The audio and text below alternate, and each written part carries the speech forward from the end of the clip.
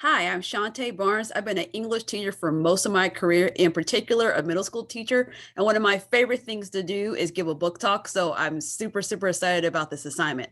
So I'm going to tell you about the Rick Riordan's Presents series. Most of you guys know that Rick Riordan wrote the Percy Jackson books.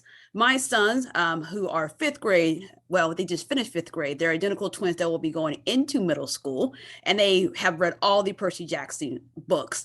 But then I found out about this Rick Riordan series. And what he does is let authors from different backgrounds write stories that centers themselves and their culture and their racial group. And the book series I chose to talk to you guys about is one that I'm reading with my sons and husband, and it's called Tristan Strong. It's the Tristan Strong series. So there are three books in this series. The first book is this one, Tristan Strong Punches a Hole in the Sky. And this book puts together African gods and African-American folklore. It centers around a seventh grade student named Tristan Strong. His grandfather was a boxer, his dad was a boxer, but he's just not feeling his surname being Strong because he was in a bus accident and his friend died.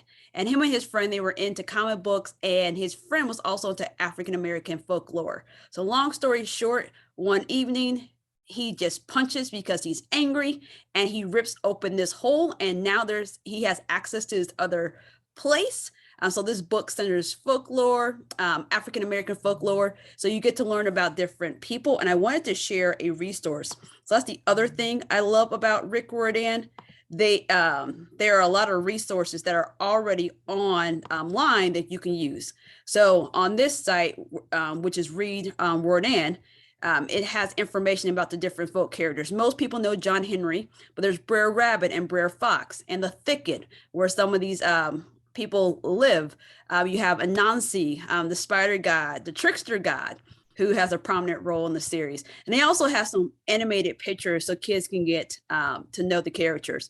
The most favorite character from this series outside of Tristan is this person right here. That is Gum Baby, who is a sticky doll who has a sassy little mouth.